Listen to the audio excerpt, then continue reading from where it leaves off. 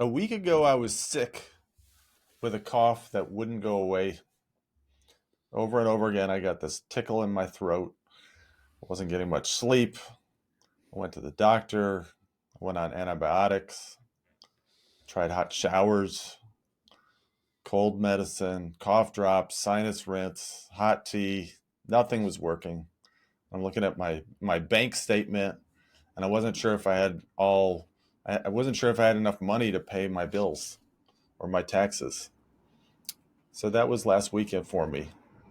So I decided, okay, I'm going to throw a party to cheer myself up. I called up my parents and a couple friends. Why can't I get rid of this cough? I'm doing all the right things to get better. I deserve to be healthy. There's nothing I can do that will get me better. I'm just going to eat ice cream. There's too many bills. How can anyone survive? Fuck that guy. Fuck that big name coach. Fuck Tony Robbins. He's got it so easy. Why does my life suck so bad? I hate myself. So, yes, I throw really amazing pity parties. And I know better than this. I am a coach. I know that victim mode doesn't actually help me. I spend all week telling people that, telling people to take responsibility for their lives. So, why do I still fall into victim mode? What the hell do I get out of it? Why do I love it so much? Um, Faisal, why do you love victim mode? Ari, I was just gonna play a little violin for you. It's the world's littlest violin. It's like, oh, poor little Ari. I this is such a important topic as well, and I see this. It's one of the things that this really holds nice guys back, really holds us back from, attaining what we want in relationships, intimacy, sex, attraction. I remember a few years ago, I was walking with this girl I was dating, and we were walking along the river, and I was fairly new into my personal development journey. I just come out of a divorce a few, like maybe a couple of years ago, and I was still raw. There was still a lot of stuff that was, inside of me that, I was hadn't healed. And I remember we were walking along, and I'm just expressing. I heard the thing, I heard the saying, be vulnerable, express your emotions. There I am expressing my emotions, and she just stops while I'm, expressing how I'm feeling, and she turns around and just looks at me, and there's an awkward silence for a few seconds, and then she said something I could have never have imagined her to say. She said, "Oh, poor Faisal, poor you." And then she just made mockery of my emotions. And I was saying, I was thinking, how dare you say that to me? And I felt angry, felt rageful. I wanted to stomp my feet. And also was standing there shocked. But she just stood there, just going, "Oh, poor you." And I was going, what is this? I responded back, what is it? What kind of response is that? How dare you say that? And I kind of like to walk off, and she started to look at me, and she said, you know, I've heard this a million times. I've heard this. What are you going to do about it?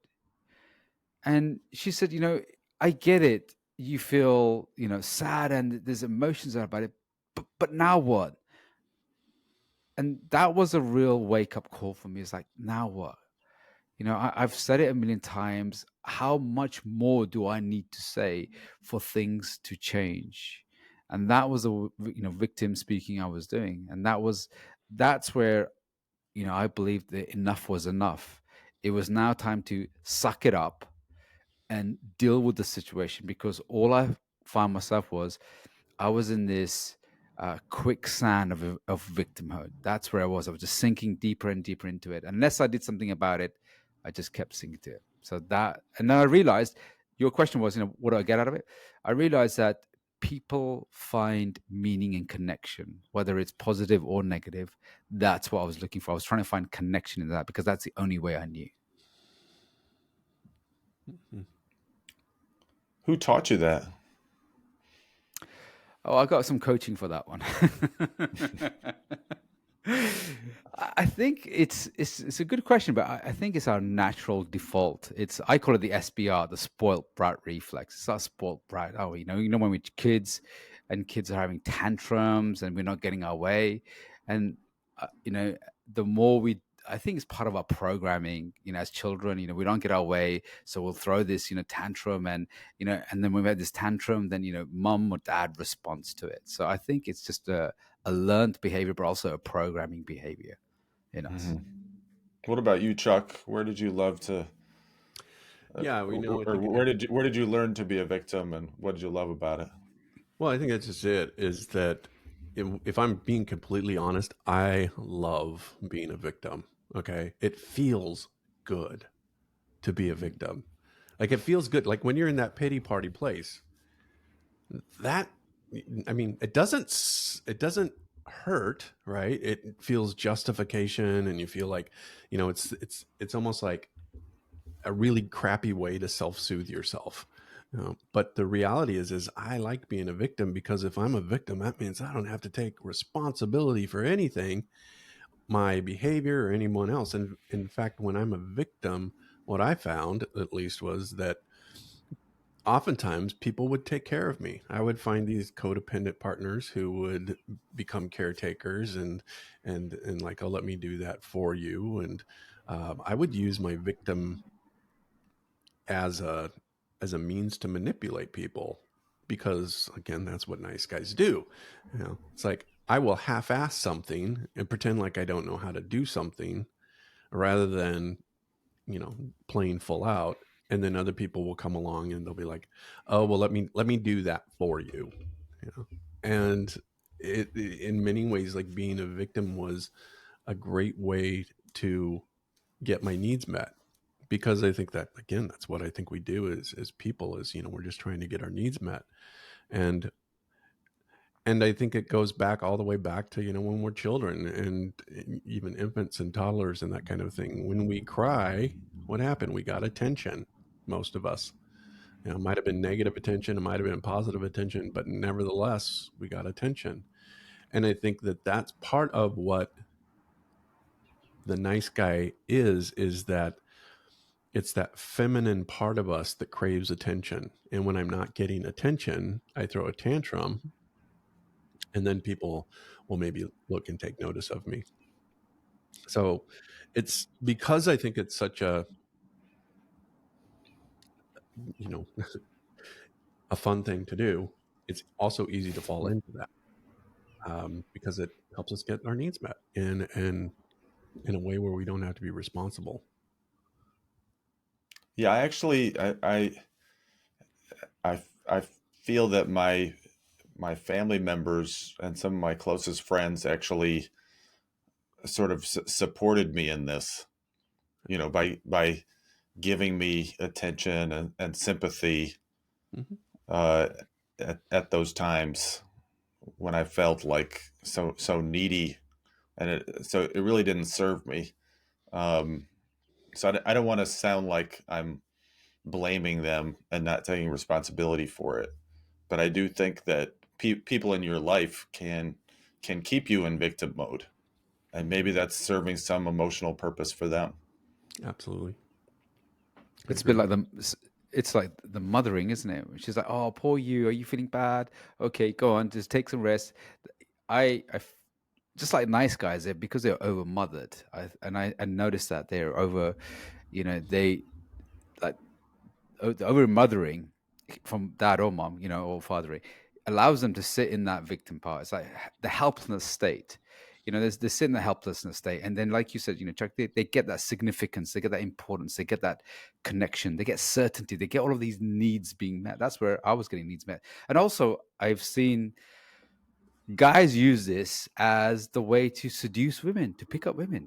It's like, oh, I'm feeling really helpless and I'm feeling sad, and the girls see this guy and he's helpless, and I can fix him, I can change him, and then he can be the one. Then he just uses that, right, to build that connection.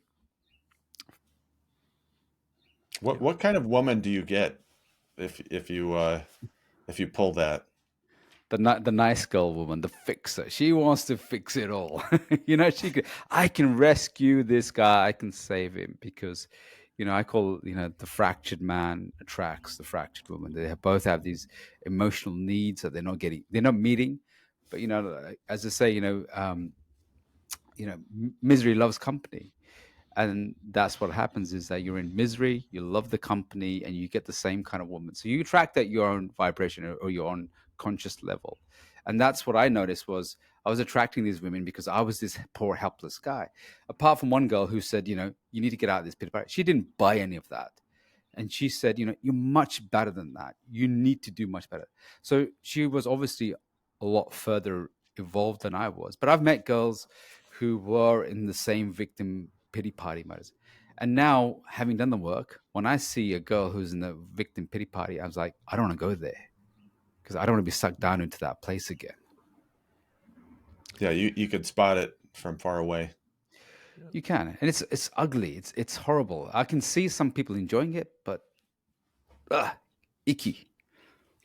Back in the day when I worked at the hospital in the mental ward, we would have patients who would come in, and we would give them the diagnosis of malingering, and malingering is basically just that. It's like failure to take any kind of responsibility. It's easier for me to check myself into a hospital and pretend like there's something wrong with me than it is to go out into the real world and take full responsibility of myself. So there wasn't anything clinically wrong with them. They were just what we call like professional victims, you know. And so they would come into the hospital and they would play the victim and they would want everybody to take care of them. Could you take care of me? I'm in the hospital. I need to be taken care of. And it was almost like by doing caretaking for them, it wasn't helpful. All it did was kept them stuck. And Yeah. so what we'd what we would have to do would be to get them to take responsibility, almost to the point where it's like, okay, I don't want to be in the hospital anymore. It's more painful for me to be in here than it is to be out there. Not that we'd be abusive or anything like that, but we would ask them to do things that to take responsibility for themselves. So it's it is a thing that we see oftentimes in people with mental health issues of they become these professional victims, or what we call malingering. I And should get my I should get my ex-girlfriend to work in there. She'll be like, "Poor you." Oh. right, she'd be a great therapist in there, right? Now, we all have identified victim mode as unhealthy, but where do you still go into victim mode? Keep it real with us. Where do you still fall into victim mode in your life? Ooh. That is a good one, actually. I think I tell you where I do pick it up is not so much in aspect of relationship as much because that's where I really focused on. But I do see myself when it comes to say health and fitness or my fitness. And like, poor me, I've got a really bad back injury and knee injury, and it's twingling a little bit. I better not push it. It's So what I twingling. do is, it's doing something. Right? My Twingling. kneecap is it's dancing away or something like that. So that's where I find myself like, okay, I'm not gonna push myself. So I do these body pump classes, and I'm the only guy there's about two or three guys there, and there's women there from all ages, from 20 to 70 years old. And there's 70-year-old women, they're lifting strong weights. And I'm thinking there, what's going on, Faisal? What's your excuse? So I'm like, oh yeah, poor me, I have got this injury. So yeah, I do find myself going there a bit. How about Chuck? Where do you Man, twingle? when we twinkle Is in a that a very word? special place. It is now. It's going on the Uh, T-shirt. yeah. So I think oftentimes is any time that someone, especially the feminine, especially someone I'm in a relationship with continuously, uh, que- questions my intention, that I can go into the victim state of, what are you talking about? You're you're questioning my integrity, my character. Don't you understand that this is the very thing that I hold the most sacred, and you're going to question that? And I find myself falling into the place of victimness rather than being like, yeah, well, I don't buy that. That's not who I am. But I will go on a defensive place. And I think that's part of the victim thing, is when I go into a defensive state, you know, the poor me, poor me, poor me, then that's where I'm in that victim state. And sometimes it's really, really hard to get out of that, because so much of my identity can be wrapped up into being, kind of the opposite of the integrated man, of being like Mr. Perfect or being Mr. Nice Guy. And then anybody questions that, and I'll go into a defensive state and become the victim. I don't know if you Chuck, guys can really. Chuck, Yeah. do you tell your wife, I wrote the book on integrity? I did. Yeah. Yeah. And she's How like, all dare right, you Mr. question Integrity mine? Boy. Yeah, read my Yeah. book. And then she pulls the book out chapter, and she's like, okay, so in this you said this, like, don't quote me. What about you, Ari? Where do you twinkle? Where do I Well, twingle? apart from you. Well, I mentioned a couple ways I was twingling the past couple weeks. So definitely around money, not feeling like I've made enough, saved enough, I'm conscious enough about it. Um, my health, I don't normally feel like a victim, but obviously I can fall into that too. I feel like a victim uh, as a parent, um, when my son isn't doing what I ask. I can feel like a victim as a co-parent when my ex isn't doing what I expect. So I still see it come up in all kinds of places in my life. So one of the questions I wanted to ask is, what is what is the victim killer? What's your secret for getting out of victim mode when you notice it? Like for me, noticing my language and victim language, I think is really important. And that's one of the take homes for the people listening is, listen for victim language, where you're blaming other people, where you're blaming the world, or feeling like you have it harder than other people.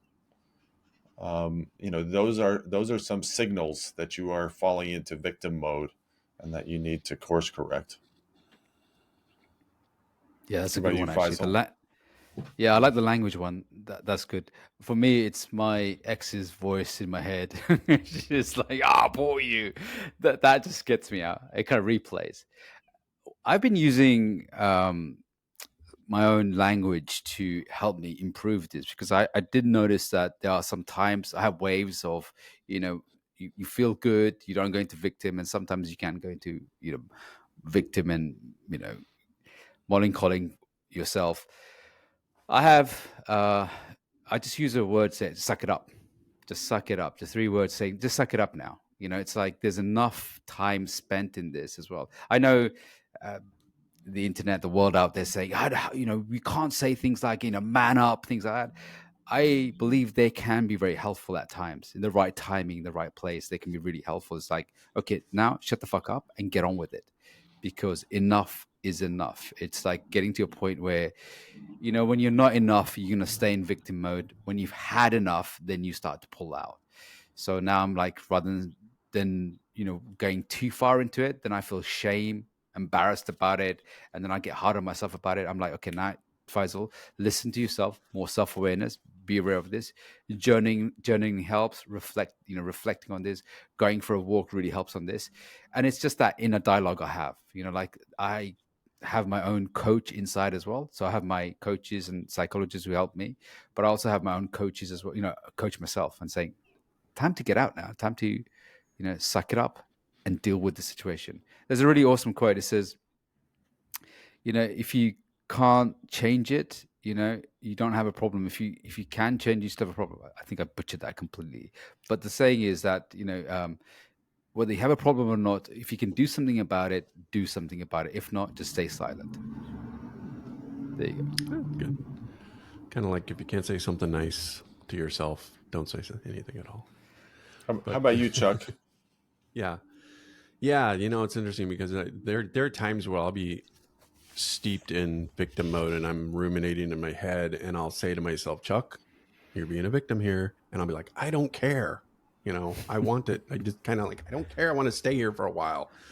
But I think the thing that I try to work on is having compassion for myself as well, because the victim is really the the child inside of us, the one who didn't get his needs met, who didn't find love. And I'll ask myself this question: is this a child's response, or is this an adult's response to a given situation?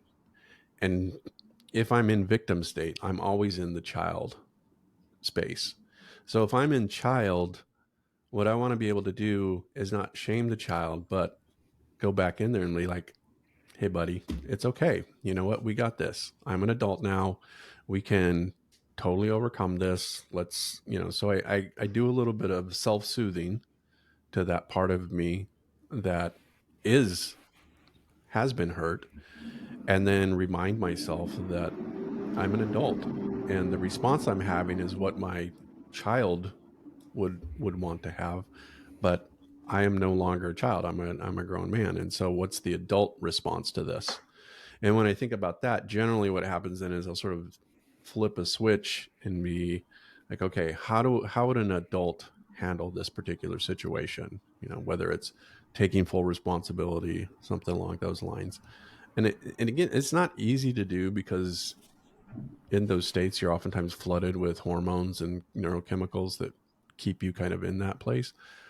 But a lot of it is about self-soothing yourself. And so whether that's self-soothing of like, hey, I got you, or it's like, hey, come on, let's go, let's pick up the pace here. I think the important part is to understand that is just the hurt part of yourself, and to give yourself some self-compassion around that. So it seems like we need a balance between challenge and self-compassion in terms of getting out of victim mode. So I'm going I to was going to say, imagine. I was going to say slap, but challenge is a good word. Well, again, like, Poor you. I'm gonna imagine. it's I don't know. a similar thing if you have children, right? How do Yeah. you address your children? There's a time for like, come on, buddy, let's go, and then there's a time for like, come on, buddy, let's go. There's a time for both, but it's doing it from a place of compassion, I think. I'm gonna imagine a little Faisal on Mm-hmm. this shoulder saying, "Poor you," and then Poor you, Ari. Chuck will be on this shoulder saying, "Poor you." I'll be like, Um, come on, buddy. come on, buddy. Come on, buddy. Um, and I want to just add one more thing that if you've had a real trauma, that still needs attention. You still need to be able to process that with a therapist or a coach or trusted people. So we're not talking about not addressing trauma. We're talking about victim mode, which is when you develop an attitude of helplessness and passivity and blame that doesn't really serve you working through that trauma and actually feeling better. So great talk, guys. And if you like this particular episode, I recommend an episode called How to Kill Your Neediness, which is related to what we talked about today. It's episode number 19. Thanks again for being a part of the Nice Guy Show. If you're enjoying this, like and subscribe. Please watch on YouTube or your favorite platform. Make sure to subscribe on whatever platform you use, and come see us next time. All right. Thank you. You've been listening to The Nice Guy Show with certified Nice Guy recovery coaches Ari Graff, Chuck Chapman, and Faisal Kokar. Be sure to subscribe to this channel so you can listen to our latest episodes, and visit us on www.theniceguyshow.com. If you have any topics you'd like to hear us discuss, send us an email at support@theniceguyshow.com. Thanks for listening.